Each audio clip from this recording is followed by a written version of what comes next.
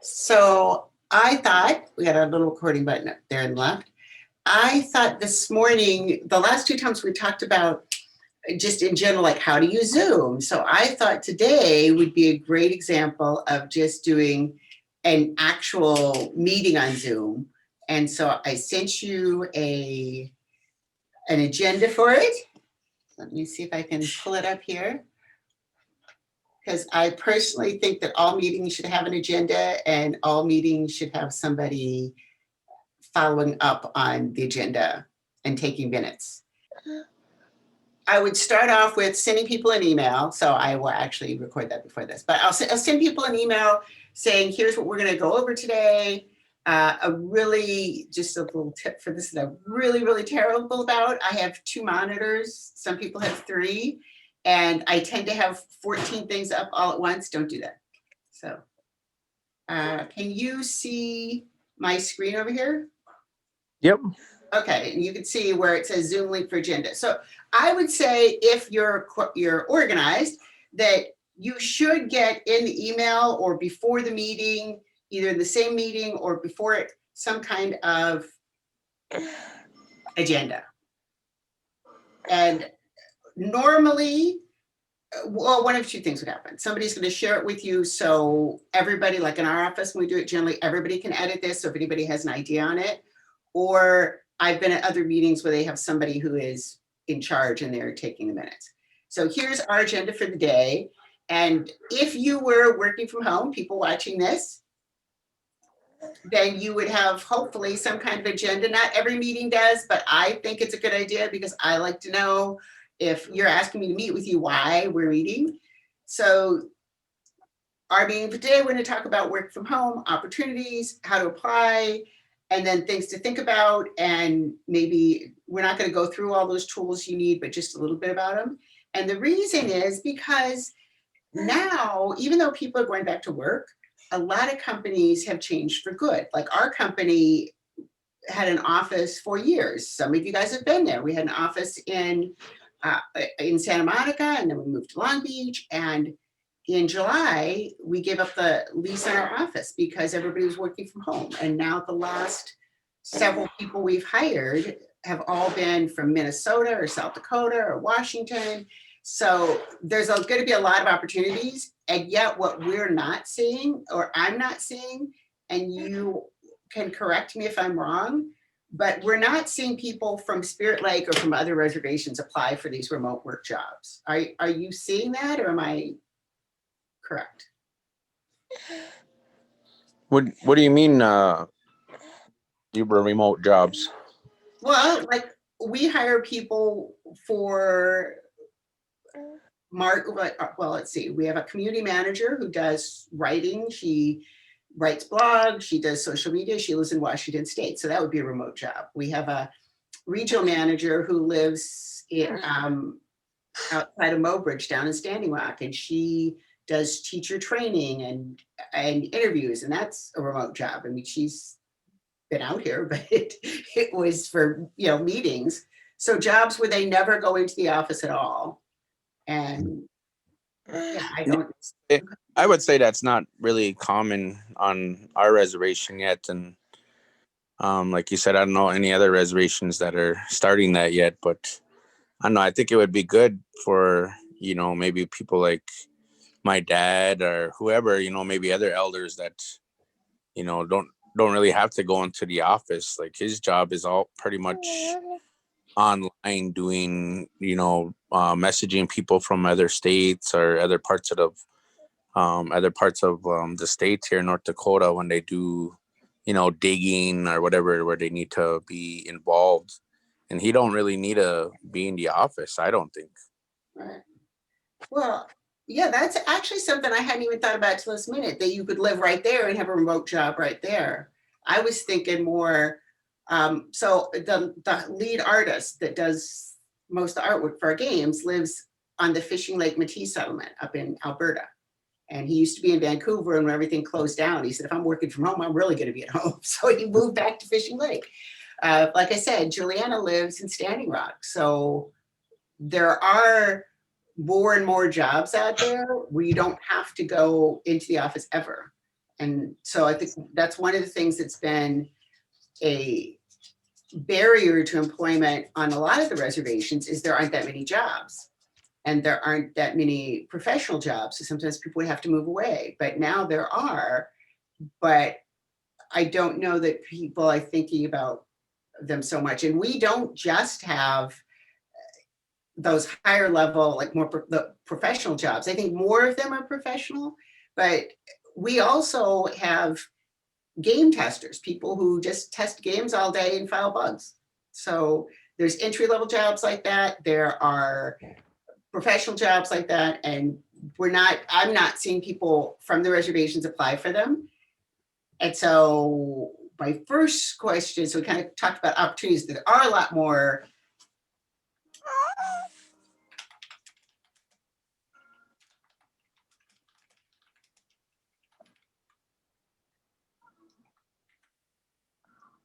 and I would say there's professional ones, of course, teaching online. There's entry level. I think there are not as many, but there are more now than there used to be. Because we used to always say, when you start with our company, you don't know anything about us, we don't know anything about you. You need a lot of being brought along, training. And so we always required people to come into the office at least 3 days a week, and usually every day until they kind of got brought on board. And now there are more of those entry level jobs. So the next question, well, it's my first question. Why do you think people aren't applying for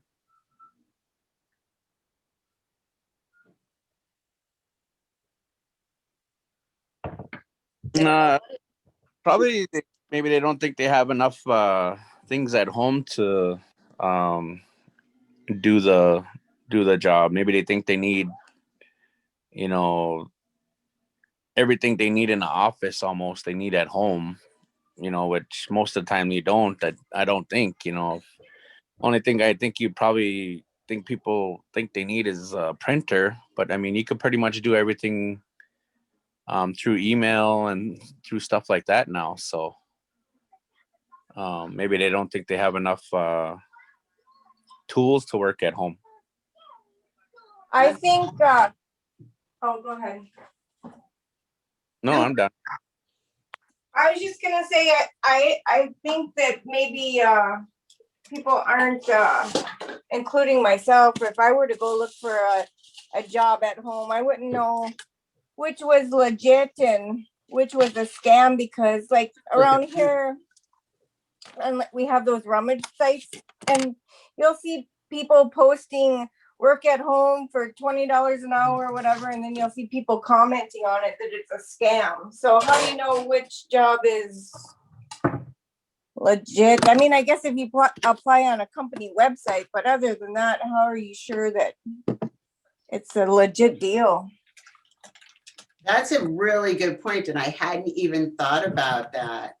And yeah, even some of those company websites are complete scams. You're right. And I never even gave it a thought. Well, I would say one way you could know is if it went through Voc Rehab. So I presume if you all were going to post a job, you'd talk to the employer, you'd sort of check it out a little bit. I mean, I can guarantee we're legit. We pay people. Yeah, I know, but I'm just saying, if I decided I was going to quit my job tomorrow and stay home and work from home and find a job, like I wouldn't know where to begin to look. And that's a really good point about those scams. And I hadn't even thought about that. You're absolutely right. I see those things too that I know are a complete joke, work from home, completing surveys, make $20 an hour, and you'd have to do so many of them, Even when you look on like job site, the very top heading on the job site page is in red, and it says to be careful for scam jobs or whatever. Well, how do you know which ones are and which ones aren't? It just warns you. It doesn't help you pinpoint. Okay. So I guess that would be my thing. Yeah. That is really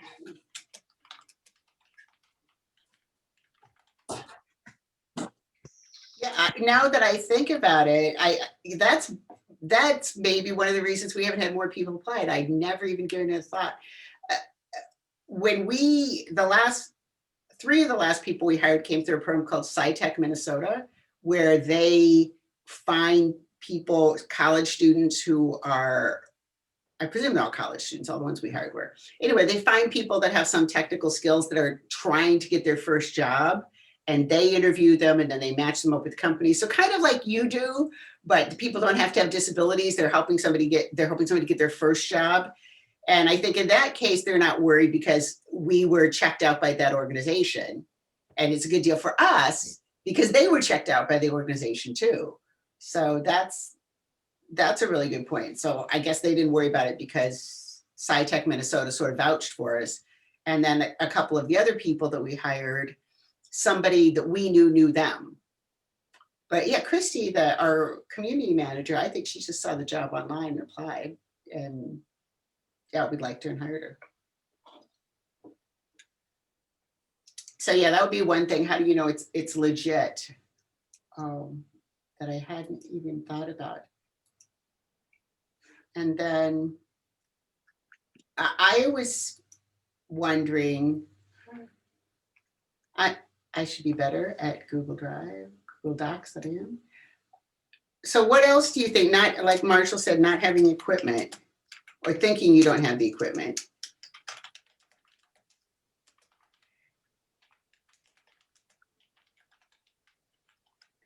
That is a touchy one because with us, if you've worked for us for a while, like with people who'd worked for us for a long time, when we went to working from home, I had no problem. We supplied them with everything, cell phone, computer, office chair, printer if they needed it. Not everybody needed a printer, but there were a couple of people that did. So we provided everything. Either we sent it home with them from the office. We didn't know initially we were closing the office. We sent it home with them at the office, or if they need it, we bought it. But I wouldn't do that for a new employee because for all I know, they're going to work for a week and keep all that stuff. So you're right, that is an issue. How does Voc Rehab go about that? If you have any people working from home right now that are clients? No? Have any. Because I would wonder if you would provide them a computer, or because that is the one thing that we would expect them to have a phone and a computer. And that's pretty basic. Almost everybody does. Now, in the cases, and this would only be entry-level people because, well, no, I take it back. But in the cases that they don't have a computer, and there's been a couple of them, we would send them a computer, but I will be honest about it. We would send them one of our old cheap testing computers because I don't know you. And it's the same thing that Tara said. You could be a scam too, right? You could just be saying, so if they, in our company, now I don't know what everybody else does, but I think most companies are pretty reluctant to send out a lot of really expensive equipment to somebody that they just hired over the internet. Like I said, in our company, we expect you to have a computer and a phone, but if you don't, we will provide it for you, but it'll be something really cheap. Then after you work for us for a while, we'll buy you a much nicer one because we figure you're not gonna, sell it on eBay. Is there anything else you can think of that they would keep people from applying? Maybe they don't have the internet. Oh, that's it.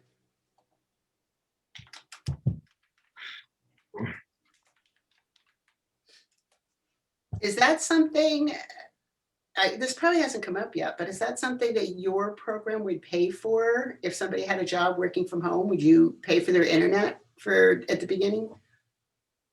I suppose we could for a month or so, huh? And I would think so. I would think it would be no different than buying tools or a uniform, something they need to get started on their job. Yeah. It'd be something new that we'd be having to do because of the COVID, but I mean, yeah, I think it's something that we can do, that it's a tool like anything else, where we'll have to, they will pay for it a month or whatever the phone bill can work with us with, and we'll pay for it for the first month or whatever. And after that, they should be able to hopefully be able to pay that on their own. Mm-hmm. That's actually something I've never thought about either, because I mean, we write software, right? So everybody is really, really into tech and everybody has internet. But we did have one person that lives way out in the country, and we did pay for her for some device to make her internet stronger. But again, I think what happens, and I can speak for our company now after this, I'm going to go talk to other companies and see what they do and talk to those sci-tech people. But for us, the longer you work with us, it's just like any job. I think the more credibility you have, the more we trust you not to just take off with everything. So probably the more things that you don't come in the first day and say, oh, I'm buying this and buying this and buying this other thing, buying this other thing. But the longer people work for us, if somebody says, hey, I need an office chair, my back is killing me, I'll say, well, tell Diana and she'll order it for you. Or if somebody says, this computer that you sent me at the beginning is just so slow and old and you've worked for us for a long time, I'll say, well, just tell Diana and she'll buy you a new one. But yeah, I hadn't thought about the internet part. So how to apply, that's one thing Lynn and I were talking about earlier, that she said she wouldn't even know how to apply. And I would say that usually what you're going to see the job somewhere and get this up here.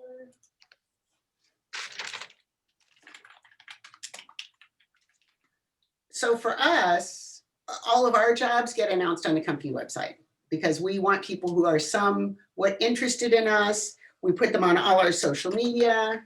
So this is where you'd find out about jobs.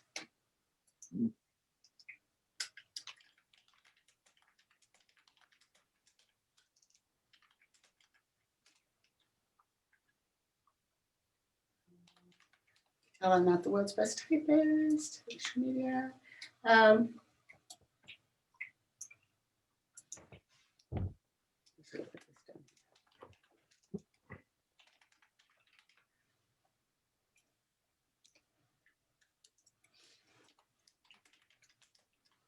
And I do think that just like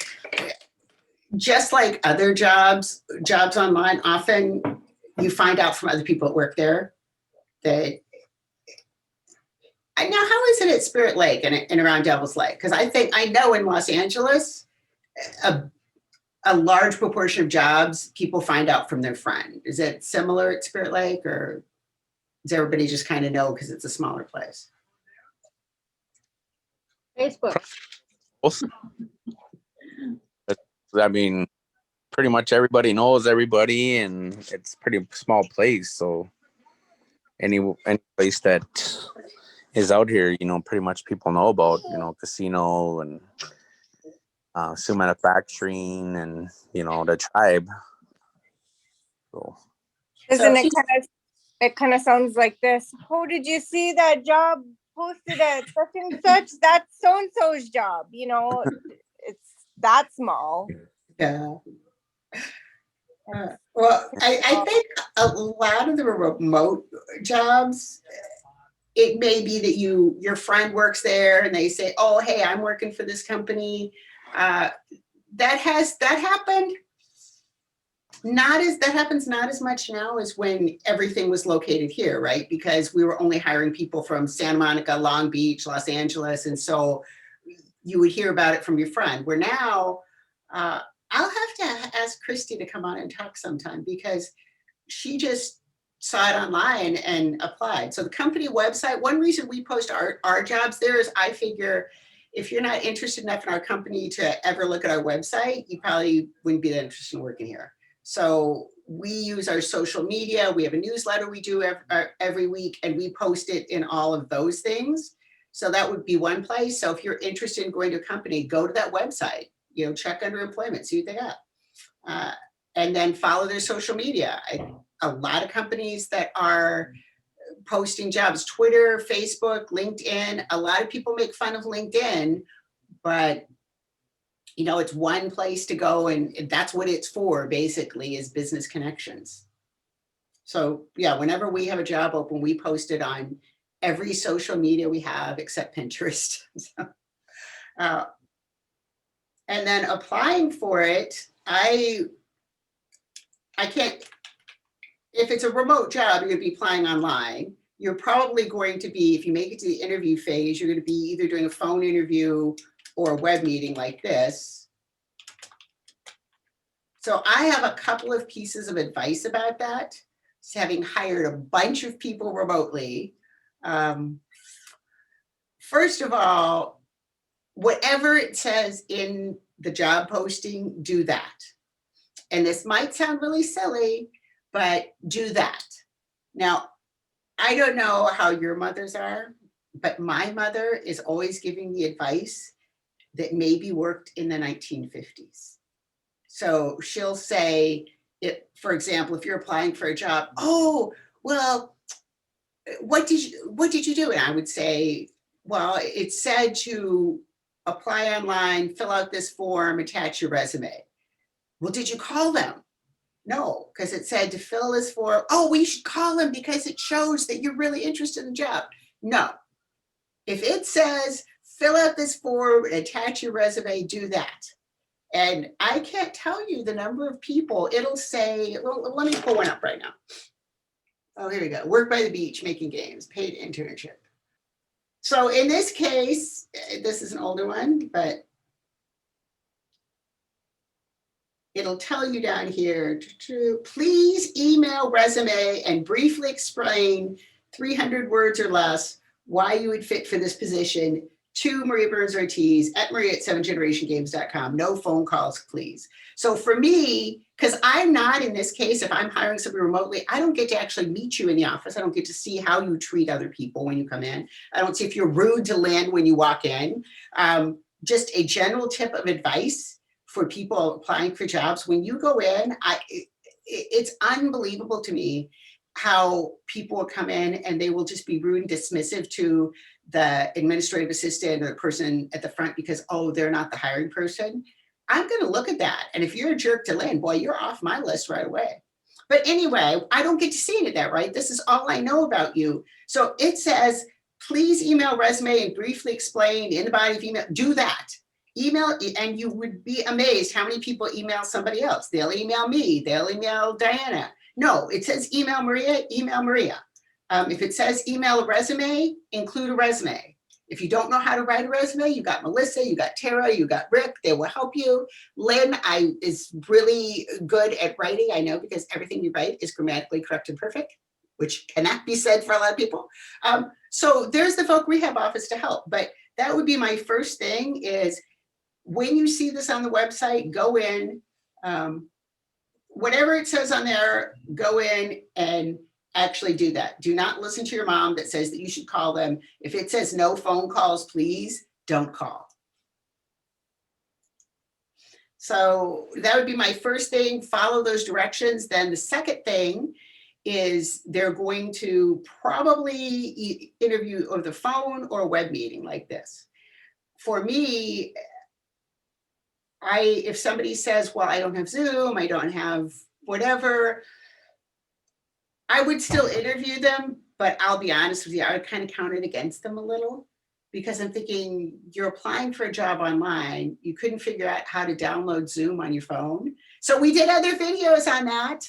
There is a somewhere, I'll see what, I probably won't be able to find it. Now I'm looking for it, but let me see if I can find Spirit Lake VR.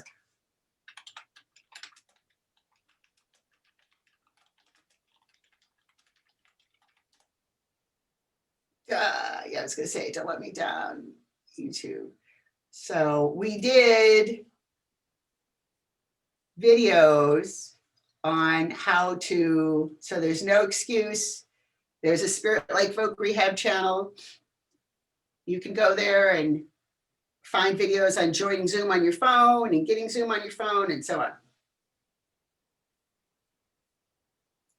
So I wouldn't necessarily not hire you because of that, but I would kind of think, So we often use Whereby, where there's just a link, and as long as you have internet, you can use it. But normally they're going to ask for either phone call or web meeting. The phone call part is easy. Just be somewhere, if you possibly can, where your kids aren't hollering while you're trying to do it. I mean, I have 4 children and 7 grandchildren, so I understand how it is with kids, but still, I think I know because Maria and I have 7 children between the 2 of us. We didn't have them together, that'd be creepy weird, but you know what I mean? We all have kids. So we probably are somewhat understanding about that, but still, I think a lot of companies are less understanding. And also, there is that in the back of their mind, if you can't get a little bit of, 10 minutes, 15 minutes while you're doing an interview, what's it going to be like when you're having a job? So try to get your mom, significant other, whoever, somebody to corral the children for a bit. Try not to get your dog to be barking at the mailman. Whatever you can, try to have that meeting in as best conditions as you possibly can. Headphones are a great thing because then it doesn't pick up all the noise around you. So that's for the phone meeting. The web meeting, there's just so many things on the internet of web meetings that have gone wrong. Generally, if I'm doing an interview and it's a web meeting, I want to see them. Now, this is kind of a weird thing because there are people in our company that I've seen them maybe once since the interview and they got hired, that they always have their camera off. In fact, one of our investors, it bugged him so much, he offered to send somebody a camera. But at least during the web meeting, they scheduled a web meeting probably because they want to see you. So make sure that your children's significant other doesn't walk behind you in their underwear or naked. I mean, we all have had small children run through the room. Well, maybe it's just my horrible children when they were small, but we've all had small children run through the room doing things. So yeah, people will make comments that you don't have to have a fancy house or anything. Either turn on the background filter. So, and I'll put up something later about how to do that, but either turn on the background filter so they can't see your background or make your bed. If I have interviewed people in their bedroom, I have no issue with that. I mean, not physically in their bedroom. I'm not creepy. I'm not like Harvey Weinstein or anything, but I mean, I've had people that were clearly in their bedroom. Just make sure that the part that people can see, you don't look like a complete slob. You don't have your bong sitting out there or whatever. Like I said, there's so many stories about that go around. So then the next meeting is going to be phone web meeting. Depending on the job, I think when we interview for technical jobs, I ask them to show me examples of their stuff.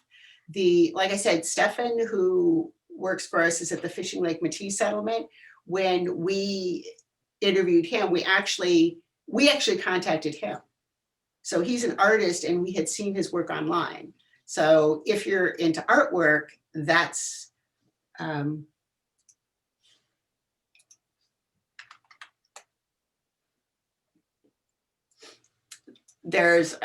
show you one of these because you will probably laugh at me if I told you the name of it.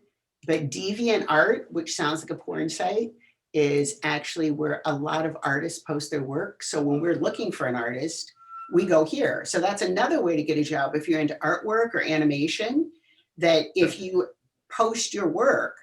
When we were looking for someone, I think we just went through here and we searched on like Indigenous and said, well, is there anybody who's done stuff on Indigenous artwork that would? Is that a free website ad? I believe it's free to post to. That's a good question. Yeah, we just went through here and we saw somebody that we really liked their artwork and we messaged him and said, we are really impressed. Are you taking any new clients at this time? And yeah. So I think for games, that's the place that everybody goes and looks, is DeviantArt. And when somebody interviews, I ask them if they have something up there. So let me see.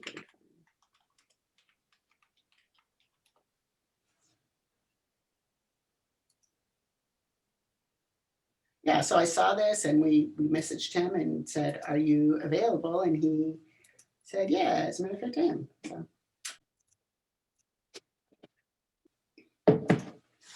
So once you've got the web meeting, they may, of course, they'll probably ask for a resume, and then depending on the job, they may ask for other things. Now, if we're just looking for an entry-level game tester person, the next thing is going to be, I'm going to ask for recommendations, because I don't know you. You're some person that applied over the internet. You could be just crazy.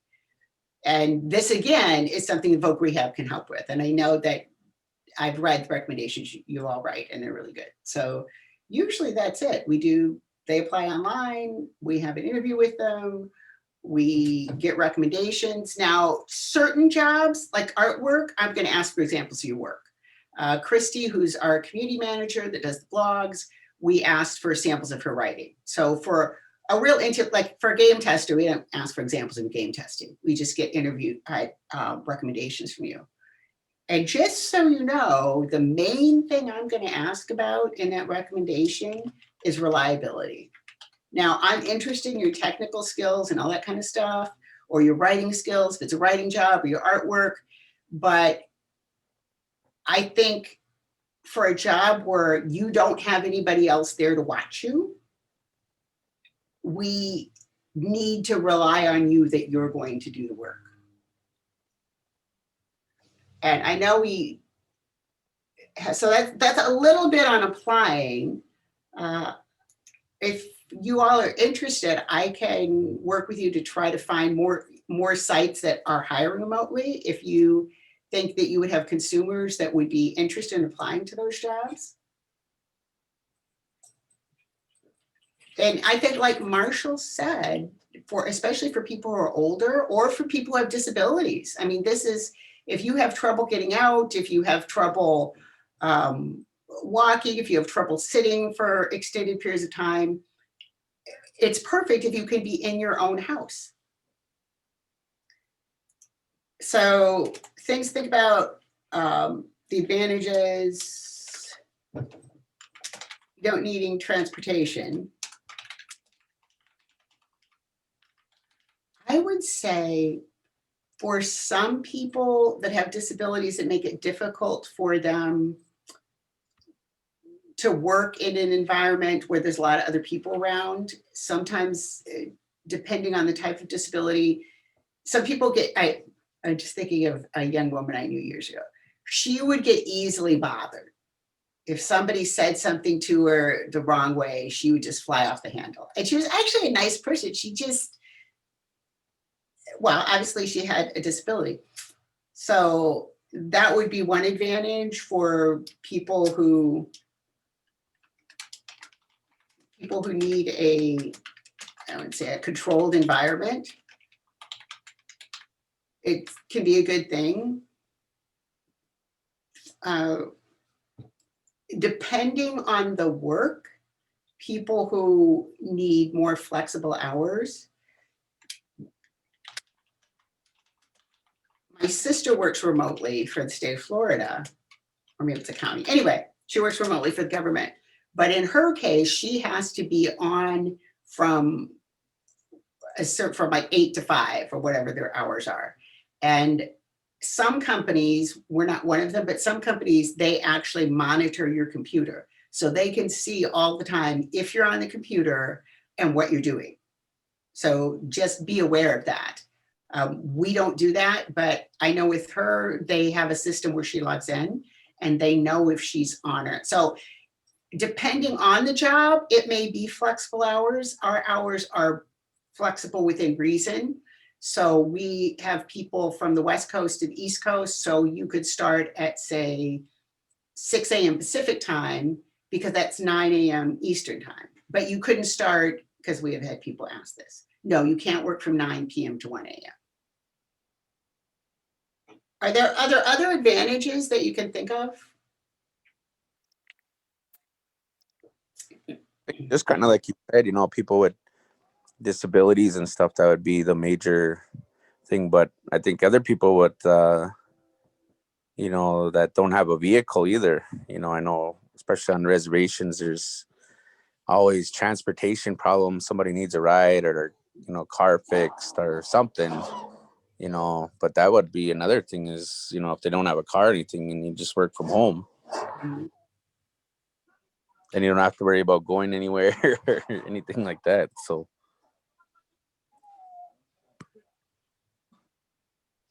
Some people think, and I think this is kind of a touchy one. Some people think that they could get by without needing childcare because they're working from home. That's kind of an issue with a lot of employers, and for me, it just depends. If you can get your work done and you have 4 small children running around, I have done it. I wrote a dissertation with 3 children under the age of, well, when I started, I had 3 children 5 and under. And when I finished, I had 3 children 8 and under. I always tell the story about the time I was working on my dissertation and Jennifer, who was like 1 year old, wanted attention. And she climbed up on my desk and took her diaper off and peed on my keyboard. So it doesn't always go flawlessly working from home with children. And so it's possible you can make it work, especially if you have older kids, you know, like maybe not old enough to be left home alone, but old enough that you can tell them to stay out of your office or don't come in unless they really need something. So that's possible. yeah, and like today, you know, to be honest, that's I don't really have my camera on is because I'm home with my little boy today who you know, the mother had doctor's appointments, so there's no way I could be getting out of this, and here he is right here. So you know, that's He probably took Marshall's phone away. Now he lost him. Well, and I don't have any, like I said, I don't have any issue with that when we're doing certain things, like when we have meetings, when we're talking about stuff, if people have their kids running around, but it also depends on the employer. Now, I'm a mom of 4 kids. There are people that I've run into that have the attitude, well, can't you keep those children out of the room? Or so it's really going to depend on your work setting. I wouldn't want to work at this place anyway because I think they're a bunch of jerks, but maybe you do. So what do you think are the disadvantages that are keeping people from working from home? I remember Nancy London, who was you all know, was the director of Voc Rehab for Lake Region. And she said something funny to me one time. She said when she started out as a Voc Rehab counselor, she thought all people with disabilities want to get jobs. Of course they want to get jobs. And I'm here and I'm this new young counselor and I'm going to help them all get jobs. And she said, and then, you know, they just need a helping hand and they would be out there working. And then she realized not everybody wants to work. And she said, and then after a year or 2, I started my every interview with, do you want to work? Because that's what Voc Rehab is for getting a job. And she said, sometimes people would say, no, I don't want to work. And then that would be the end of the interview. Probably communication and help, and people might feel, you know, isolated too. That's one that I worry about a lot now that we're hiring more people remotely, and especially entry-level people, because now we're hiring these young people right that are still in college, that are in their last semester of college usually. And normally we'd be in the office, and if they were having any issue, I could look over there, I could, you know, pop my head in their office, say, hey, how things going? And now I don't have that. If we're in the office, I could kind of see somebody struggling, right? Like I walk by Lynn and she's on that same Excel spreadsheet she was when I walked by to get coffee 45 minutes ago. And so I could kind of stop and say, hey, would you like some help with that? Or how's it going? Where we don't have that so much now. And it's for the employer too. Like for me, I always wonder, are we giving these new people enough training, enough help? We use Slack. It's like a text messaging thing. And so that's something where I'm trying all day to post little messages, but it is a concern, especially when you're new. I don't know that this is a barrier, but it was something I'm just speculating about, is if people don't actually have the space, or if they don't think they do, a place to work. Because like now I have an office because all my children are grown up, but when they were all living at home, this was one of my kids' bedrooms. And upstairs was another 2 kids' bedrooms. And my desk was in the living room because that was the only room we had, right? So I think sometimes people are worried that they need a dedicated office space, and that's not true. I know people that work at home and their office space is sitting on their couch with their laptop, or it's the part of the kitchen table they cleared off that didn't have kids' homework on it. But I think that depends on where you work, but that would be a cool, I'm going to try and get somebody to do this. That would be a cool kind of meme, like with all the different places people are working. Like my youngest daughter, and I don't know if I should rat her out, she works from home, and she used to live at home, and she had trouble getting work done. So we put a little tiny desk that's about this wide in the hallway and a computer on it. She would just get up out of bed and walk there, and her friends would tease her about her cubicle, but we set one up for her. And now she moved out, and I would swear most of her work she does laying in her bed on her laptop. So that might be one of the concerns people have, is having a place or space to work. I think that one of the reasons people don't apply often for these jobs is they just don't think they could do them. And it's not, you have to be some tech genius. I mean, we're all tech geniuses, of course, but I mean, we all work remotely. And so I think maybe it's lack of confidence. And I know we're running out of time, but the thing that I see that can be difficult for people when they start working from home is you really, really, really need to be, I don't know if you want to say self-disciplined or organized. So here's the thing that I have seen just fall apart for people. And I've worked at home a lot in my career, is you're at home, you have a family. I think it's maybe easier if you don't have a family. You have a family and they see you there. So your kids think that you're fair game to get up and make them a snack or settle an argument or everything else. I mean, I have an office, and even before I had an office, I told my kids, if I'm working, unless there's blood dripping on the floor, don't come and interrupt me. Right? I think there's that difficulty of your family constantly interrupting you.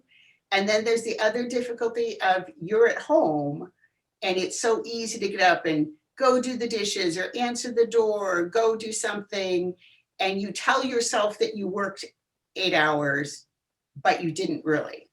And that's going to catch up with you, because as an employer, as somebody who has hired people for a long time and been in business a long time, I have an idea about how long it should take you to write a blog post or test a game or whatever. And we're not one of those companies that is monitoring your computer and seeing what's on your computer screen all day. And you should find out. I would ask about this nicely if you take a job, but you kind of want to know that, right? They're supposed to tell you, but they don't always. But in our case, like if you're game testing, I can look in our database and see when you logged in and how long you were on there. So if I had a question, I could check it out. So I think that's a problem, is you need to really set hours and say from this time to this time, I'm going to work and do that. And it's very easy to get distracted if you're at home for a lot of people.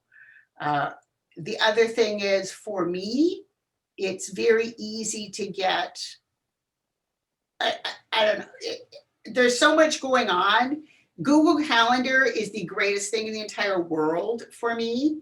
So I've got, see, this meeting should be on here. Somebody just texted me and asked me if I was in a meeting because she wanted to meet with me.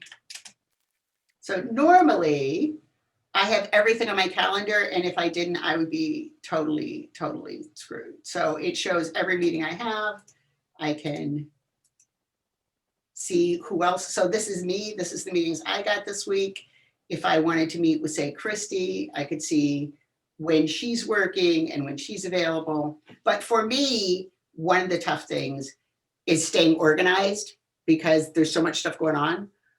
But I think for anybody, you really, I just say this from the employees I've had over the years, you really want to watch that other things creeping into your life when you're supposed to be working.